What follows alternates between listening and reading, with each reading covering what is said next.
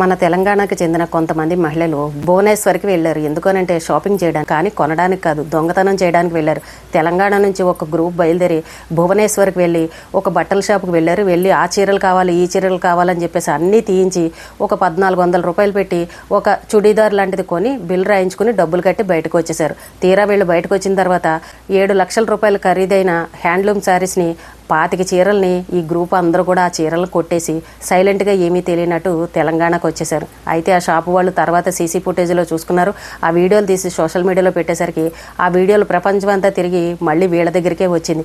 ఆ వీడియోని చూసి వీళ్ళు షాక్ అయిపోయి, అమ్మో మనం దొరికిపోతాము, మన మొహాలన్నీ కనబడుతున్నాయి, వద్దొద్దు ఈ చీరలన్నీ మళ్ళీ వాళ్ళకి రిటర్న్ ఇచ్చేద్దామని చెప్పేసి ఆ 1400 రూపాయల బిల్లు ఏదైతే ఉందో చుడీదార్ కొన్నది, ఆ బిల్లు మీద ఉన్న ఫోన్ నెంబర్కి ఫోన్ చేసి వీళ్ళు కొట్టుకొచ్చిన చీరలన్నింటినీ మళ్ళీ ప్యాక్ చేసి కొరియర్లో వేసి మళ్ళీ రిటర్న్ ఆ షాప్ వాళ్ళకి పంపించారంట. అంటే కిలాడీ లేడీలు ఎలా ఉన్నారో చూడండి, ఎంత దారుణంగా ఉన్నారో చూడండి మన ఆడవాళ్ళు.